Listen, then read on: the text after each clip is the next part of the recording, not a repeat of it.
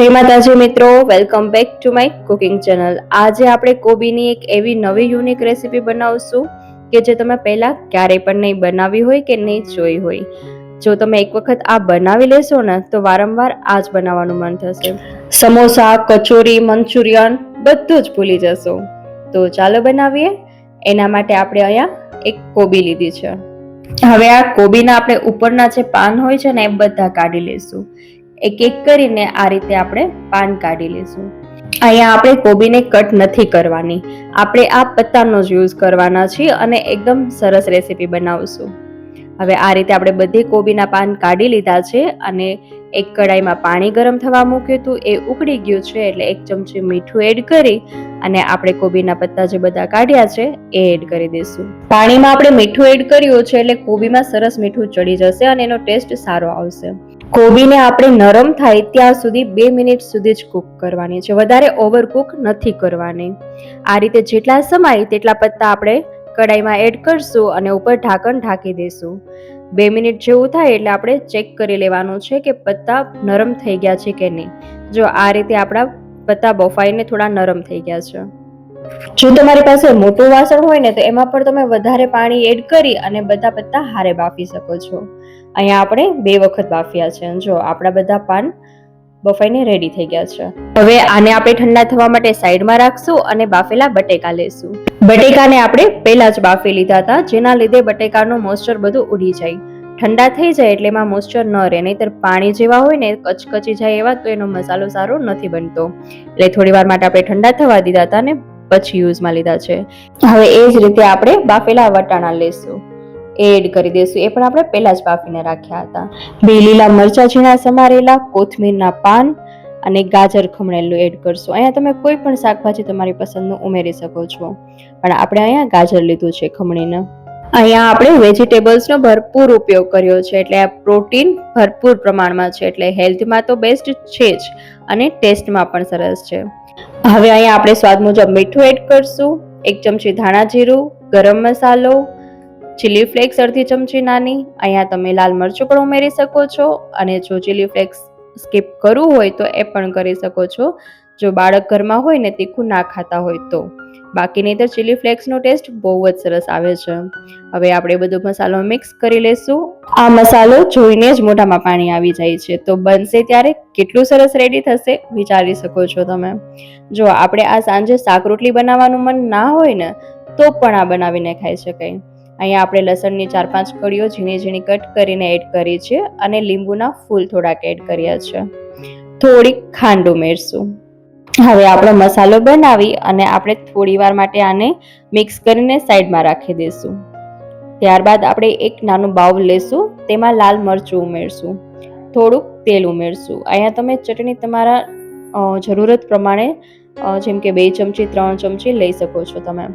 મીઠું સ્વાદ મુજબ એડ કરશું. બરાબરથી મિક્સ કરીને સાઈડમાં રાખી દેશું. આનાથી એનો ટેસ્ટ બમણો થઈ જશે. હવે એક મોટો બાઉલ લેશું, તેમાં આપણે 2 ચમચા જેટલો મેંદાનો લોટ ઉમેરશું અને 1 ચમચો ચણાનો લોટ ઉમેરશું અને એમાં થોડું થોડું પાણી ઉમેરી આપણે બહુ જાડી પણ નહીં અને બહુ પાતળી પણ નહીં એવી સ્લરી બનાવીને તૈયાર કરશું. અહીંયા આપણે લોટ બાંધવાની કે વણવાની કે એક કાંઈ પણ ઝંઝટ નથી કરવાની અને અહીંયા આપણે આ સ્લરી એકદમ સ્મૂથ બનાવવાની છે. હવે કરી લઈએ આગળની પ્રોસેસ. અહીંયા જે આપણે પત્તા બાફેલા હતા એ લઈ લેશું ને એમાંથી જે કડક અને જાડો ભાગ છે એ આપણે કાઢી લઈશું અને અહીંયા ચટણી જે બનાવેલી હતી એ સ્પ્રેડ કરી દઈશું. તમે અહીંયા લાલ ચટણીની જગ્યાએ જે રેડી ગ્રીન ચટણી અથવા તમારા ઘરમાં ગ્રીન ચટણી પડી હોય એ પણ ઉમેરી શકો છો. સોસનો ઉપયોગ કરવો હોય તો સોસ પણ સ્પ્રેડ કરી શકો છો અને જે આપણે મસાલો બનાવેલો હતો એ મસાલો એડ કરી અને ગોળ રોલ બનાવી લેશું. આ રીતે જો એકદમ સ્મૂથ આપણું રોલ બનીને તૈયાર થયું છે. હવે જે સાઈડના કોર્નર હોય ને એ આપણે થોડા થોડા કટ કરી લઈશું. જો જરૂર હોય ને તો જ આ કટ કરવાના છે. એ રીતે આપણે બધા જ રોલ બનાવી લઈશું. આ રીતે મોટો મોટો ભાગ કાઢી લઈશું અને આ જે ભાગ કાઢેલો છે એ પણ આપણે યુઝમાં આવી જાય. આનું તમે શાક અથવા સંભારો પણ બનાવી શકો. ખાલી જસ્ટ તેલમાં મરચું અને કોબી ઉમેરી હળદર નાખીને સંભારો પણ બનાવીને રેડી થઈ શકે. એ પણ આપણે વેસ્ટ નથી જવા દેવાનું. હવે આ રીતે આપણે જે પત્તાના સાઈઝ હોય એ પ્રમાણે રોલ બનીને તૈયાર થશે. ચટણી સ્પ્રેડ કરી, મસાલો ભરી અને બધા જ રોલ વાળી લેશું. એકદમ હળવા હાથે આપણે અહીંયા રોલ વાળવાના છે, બધું ફાટે નહીં ને એ વાતનું ધ્યાન રાખવાનું છે.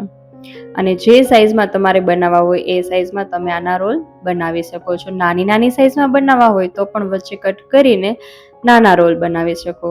મસાલો બહાર ના નીકળે એ વાતનું ખાસ ધ્યાન રાખવાનું છે. હવે અહીંયા આપણે જે સ્લરી બનાવી હતી એમાં આપણે ડીપ કરી દઈશું. ત્યારબાદ આપણે બ્રેડનો ભૂકો લેશું, તેમાં એને ડીપ કરી દઈશું. બ્રેડનો ભૂકો સરખો ચારે તરફ લાગી જાય એ રીતે આપણે ડીપ કરવાનું છે.